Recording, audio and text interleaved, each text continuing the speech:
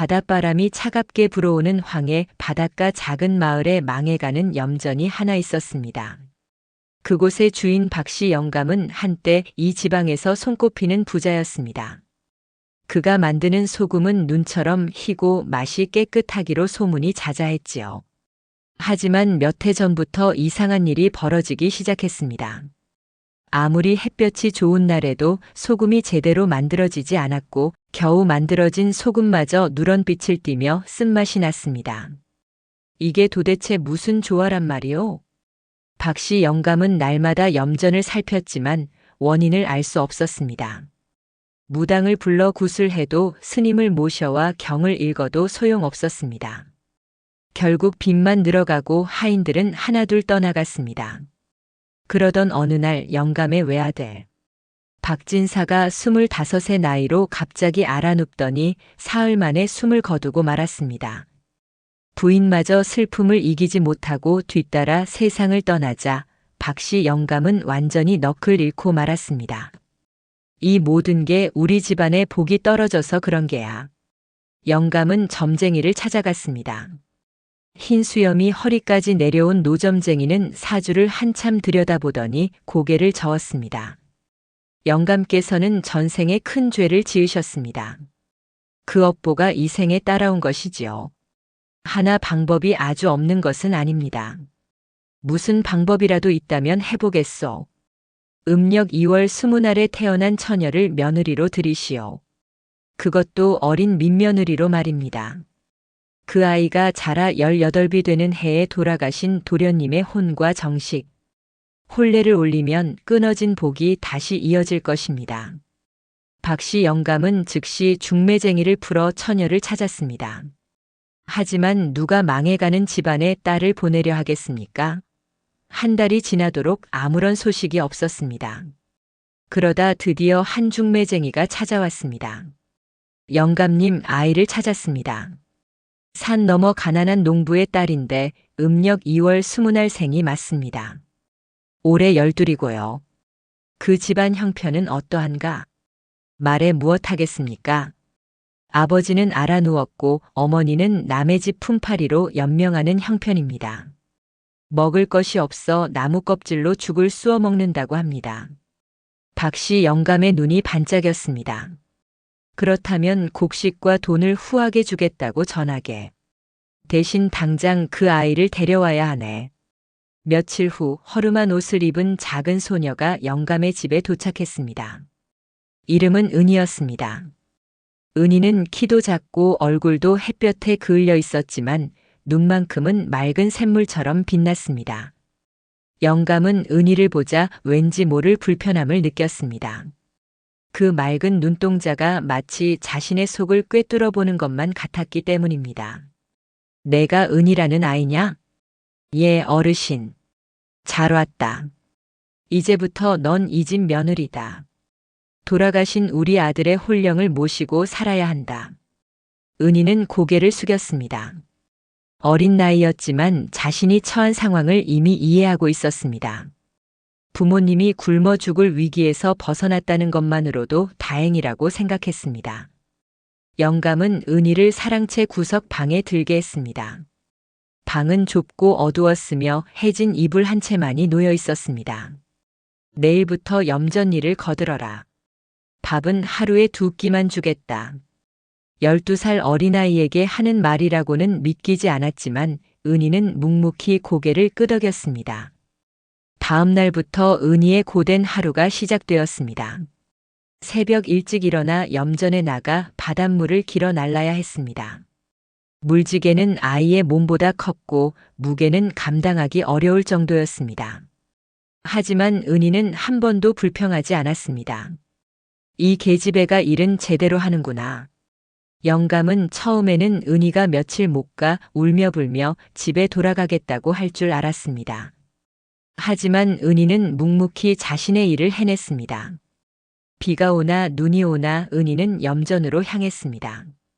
한 달이 지나고 2달이 지났습니다.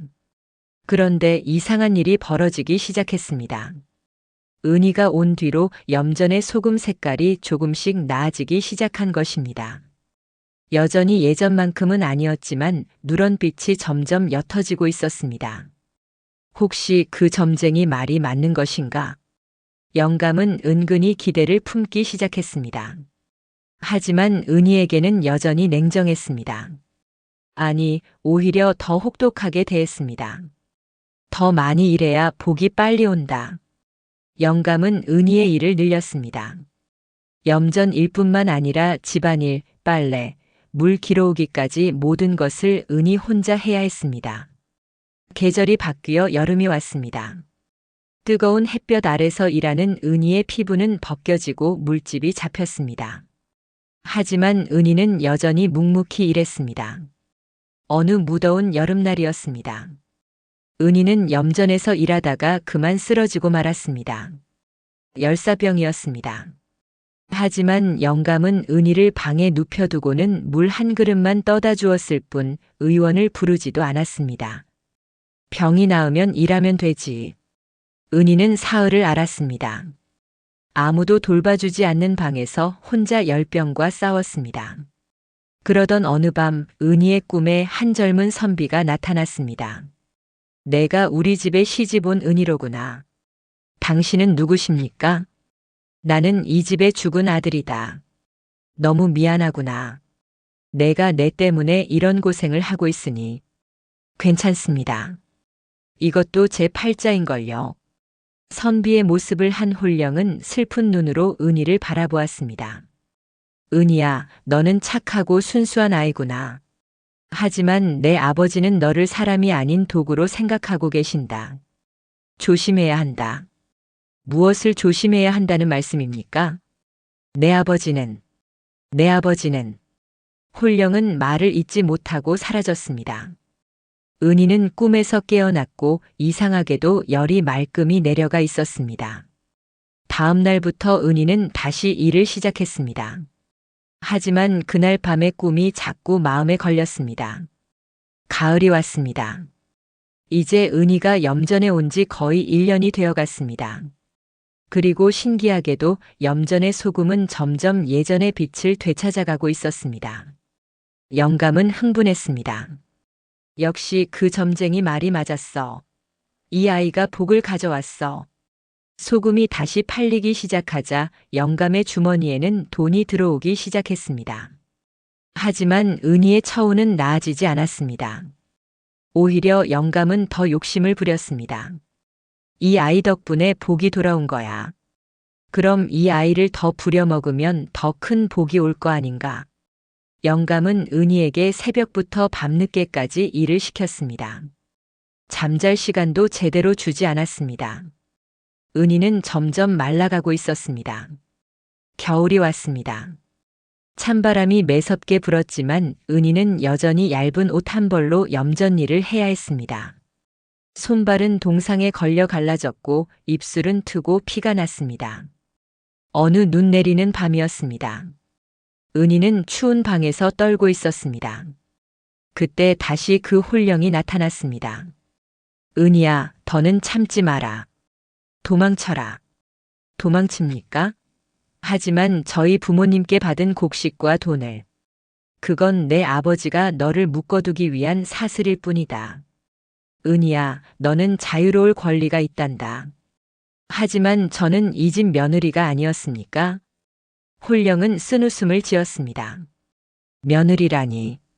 너는 그저 내 아버지의 욕심을 채우기 위한 재물에 불과하단다. 은희야, 내 아버지는 결코 너를 사람으로 대하지 않을 것이다. 그럼 이 염전에 복이 돌아온 것은? 그건 내가 가진 순수한 마음 때문이었다. 하늘이 내 착한 마음을 보고 복을 내린 것이지 내 아버지의 계략 때문이 아니란다. 은희는 비로소 모든 것을 깨달았습니다. 하지만 그래도 도망칠 수는 없었습니다. 저는 괜찮습니다. 제가 여기 있어서 부모님이 굶지 않고 살 수 있다면 그것으로 충분합니다. 홀령은 은희를 안타깝게 바라보았습니다. 착한 아이로구나. 하지만 기억해라. 내년 봄 절대 영감님의 말을 모두 믿지 마라. 그 말을 남기고 홀령은 사라졌습니다. 봄이 왔습니다. 은희가 염전에 온 지 1년 하고도 몇 달이 지났습니다. 염전은 이제 완전히 예전의 명성을 되찾았습니다. 박씨 영감의 염전에서 만든 소금은 다시 최고의 소금으로 인정받기 시작했습니다. 영감은 점점 더 부유해졌습니다. 하인들도 다시 들어왔고 큰 집도 새로 지었습니다. 하지만 은희는 여전히 그 좁고 어두운 방에서 지내야 했습니다. 어느 날 영감이 은희를 불렀습니다. 은희야, 내가 온 덕분에 우리 집안에 복이 돌아왔다. 정말 고맙구나. 은희는 깜짝 놀랐습니다. 영감이 처음으로 고맙다는 말을 한 것입니다. 이제 너도 13시 되었으니 앞으로 더 큰 복을 받기 위해 특별한 일을 해야 한다. 무슨 일 말입니까? 영감의 눈이 이상하게 빛났습니다. 염전 한가운데 있는 오래된 우물을 아느냐? 그 우물에는 소금의 신령이 산다고 한다. 내년 겨울 제일 추운 날 내가 그 우물에 들어가 재를 올려야 한다. 우물에 들어갑니까? 그래. 그리고 3일 밤낮을 그 안에서 기도해야 한다. 그러면 우리 집안에 더 큰 복이 온다고 점쟁이가 말했다. 은희는 문득 그 홀령의 경고가 떠올랐습니다. 내년 봄 절대 영감님의 말을 모두 믿지 마라. 어르신 한겨울에 우물 안에 사흘이나 있으면 저는 걱정 마라. 두꺼운 옷을 입히고 따뜻한 화로도 넣어줄 것이다. 괜찮을 게야. 하지만 은희는 알 수 있었습니다. 그것이 거짓말이라는 것을. 한겨울 우물 안에 사흘이나 있으면 얼어 죽을 것이 분명했습니다. 영감님은 저를 죽이려는 것인가? 은희는 두려웠지만 아무 말도 하지 않았습니다. 그리고 조용히 자신의 방으로 돌아왔습니다. 그날 밤 다시 홀령이 나타났습니다. 들었느냐? 내 아버지의 계략을. 예. 하지만 왜 저를 죽이려 하시는 걸까요? 홀령은 분노에 찬 목소리로 말했습니다. 내 아버지는 또 다른 점쟁이를 만났다. 그 점쟁이는 말했다. 더 큰 복을 받으려면 은희를 제물로 바쳐야 한다고.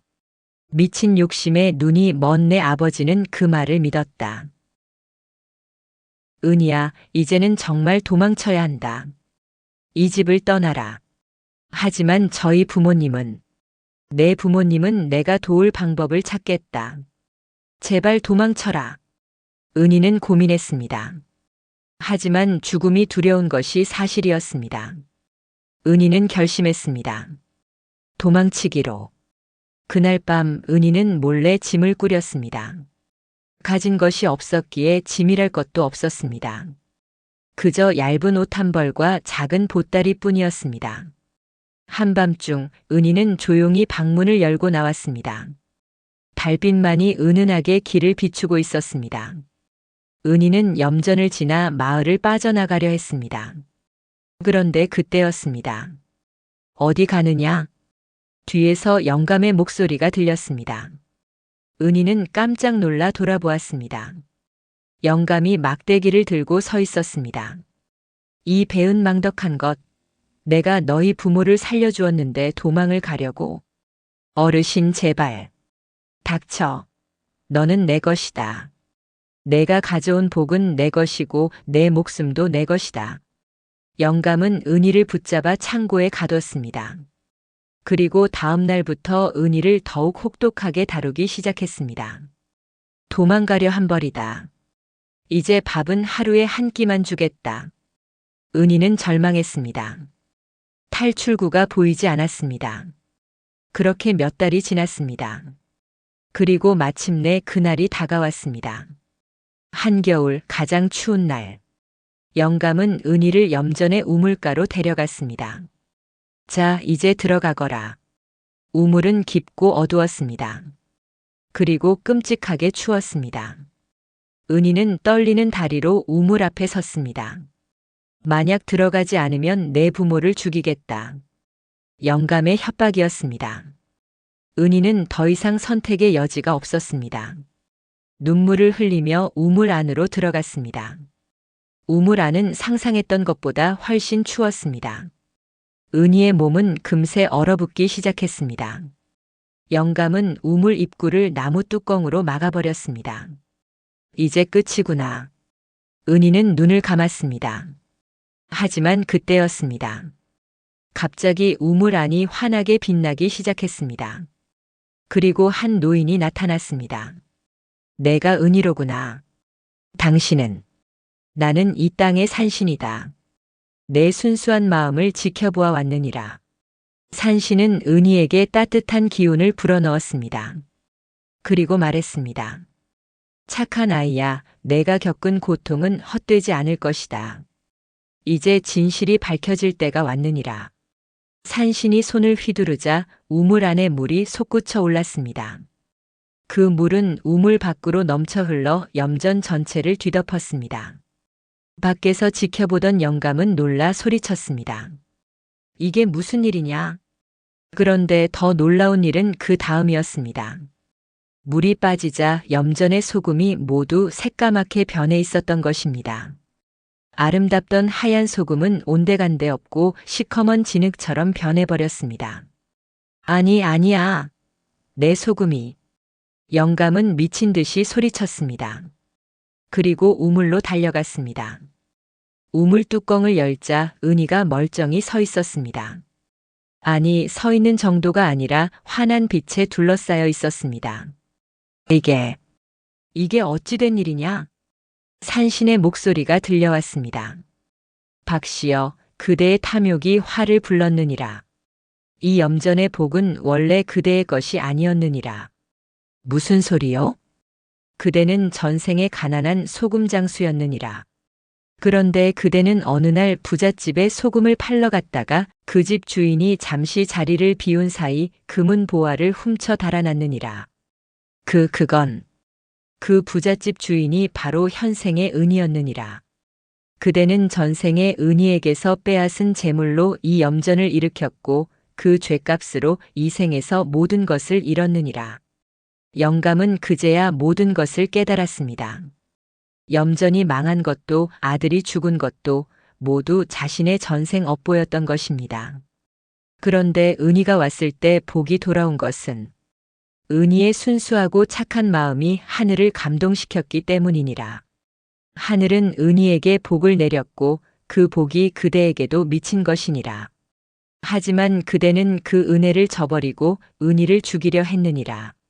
산신의 목소리는 분노로 가득했습니다. 이제 그대는 모든 것을 잃을 것이니라. 하지만 은희의 착한 마음을 생각하여 그대의 목숨만은 살려주겠노라. 대신 이 땅을 떠나 평생 참회하며 살아가거라. 그 순간 큰 바람이 불어왔습니다. 그리고 영감의 집은 무너지기 시작했습니다. 염전도 갈라지고 모든 것이 사라져갔습니다. 영감은 넋을 잃고 주저앉았습니다. 평생 모은 재산이, 명예가, 모든 것이 한순간에 사라져버렸습니다. 산신은 은희를 우물 밖으로 데리고 나왔습니다. 착한 아이야, 이제 그대는 자유로우니라. 그리고 그대의 효심에 감동하여 그대의 부모에게 복을 내리겠노라. 산신이 손을 휘두르자 은희의 눈앞에 새로운 풍경이 펼쳐졌습니다. 은희의 부모가 사는 집이 보였는데 낡은 오두막이 아니라 멀쩡한 기와집으로 변해 있었습니다. 그리고 부모님은 건강한 모습으로 밭을 갈고 계셨습니다. 부모님, 은희는 기쁨의 눈물을 흘렸습니다. 이제 돌아가거라. 그대의 부모 곁으로. 산신이 손을 흔들자 은희는 순식간에 부모님 곁으로 이동했습니다. 부모님은 갑자기 나타난 은희를 보고 깜짝 놀라 껴안았습니다. 은아, 우리 딸, 엄마, 아빠. 가족은 오랜만에 상봉의 기쁨을 나누었습니다. 그리고 은희는 그동안 있었던 일들을 모두 이야기했습니다. 그런 일이, 우리 딸이 그런 고생을. 부모님은 눈물을 흘렸습니다. 하지만 이제 은희는 안전했고 가족은 다시 함께할 수 있었습니다. 한편 박씨 영감은 모든 것을 잃고 거지가 되었습니다. 그는 마을을 떠나 산속으로 들어가 작은 암자에서 살게 되었습니다. 날마다 참회하며 살았습니다. 몇 년이 흘렀습니다. 어느 날 영감은 우연히 산길을 걷다가 아름다운 소녀를 만났습니다.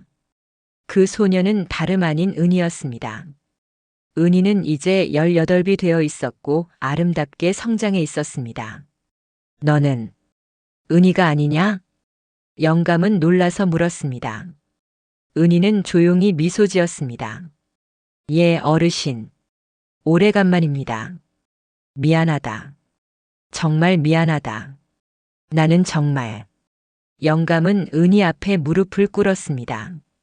그리고 눈물을 흘리며 용서를 빌었습니다. 은희는 영감을 일으켜 세웠습니다. 어르신, 저는 이미 용서했습니다. 그 일이 있었기에 제가 더 강해질 수 있었고 진정한 복이 무엇인지 알게 되었습니다. 고맙다. 정말 고맙구나. 영감은 감격의 눈물을 흘렸습니다. 어르신, 이제라도 늦지 않았습니다. 착한 마음으로 살아가세요. 그러면 하늘이 어르신께도 복을 내려주실 것입니다. 은희의 말에 영감은 깊이 고개를 숙였습니다. 그 후로 영감은 정말로 마음을 고쳐먹고 선행을 베풀며 살았습니다. 그리고 신기하게도 작은 복들이 하나둘 그에게 찾아왔습니다. 큰 부자가 되지는 못했지만 굶지 않을 만큼은 살 수 있게 되었습니다. 은희는 마을에 존경받는 어른으로 성장했습니다. 어려운 사람들을 도왔고 마을 아이들에게 글을 가르쳤습니다. 은희의 집 앞에는 늘 사람들이 모여들었고 은희의 지혜를 구했습니다. 그리고 마을 사람들은 이 이야기를 후대에 전했습니다. 탐욕을 버리고 착한 마음으로 살아야 한다는 교훈과 함께 그 염전터에는 이상한 일이 벌어졌습니다. 아무도 그곳에서 소금을 만들지 않았는데도 봄마다 하얀 소금꽃이 피어났습니다. 사람들은 그것을 은희의 눈물이라 불렀고 그 소금꽃을 보면 착하게 살아야겠다고 다짐했다고 합니다. 세월이 흘러 은희도 나이가 들었습니다. 어느 날 은희는 옛날 그 염전터를 찾아갔습니다. 여전히 소금꽃이 하얗게 피어 있었습니다. 그때 일이 꿈만 같네요. 은희가 혼잣말을 하자 어디선가 따뜻한 목소리가 들려왔습니다. 내가 겪은 고난은 헛되지 않았느니라. 그것이 내를 더 훌륭한 사람으로 만들었느니라. 은희는 고개를 들어 하늘을 바라보았습니다. 구름 사이로 햇살이 따뜻하게 내리쬐고 있었습니다. 감사합니다. 은희는 조용히 말했습니다. 그리고 소금꽃을 바라보며 미소 지었습니다. 진정한 복은 재물이나 명예가 아니라 착한 마음과 올바른 삶에서 온다는 것을. 은희는 그것을 온몸으로 깨달았고 그 깨달음을 평생 가슴에 품고 살았습니다. 그리고 그 교훈은 오늘날까지도 우리에게 전해져 내려오고 있습니다. 이 이야기가 마음에 드셨다면 구독과 좋아요 부탁드립니다. 여러분의 관심이 더 좋은 이야기를 만드는 힘이 됩니다.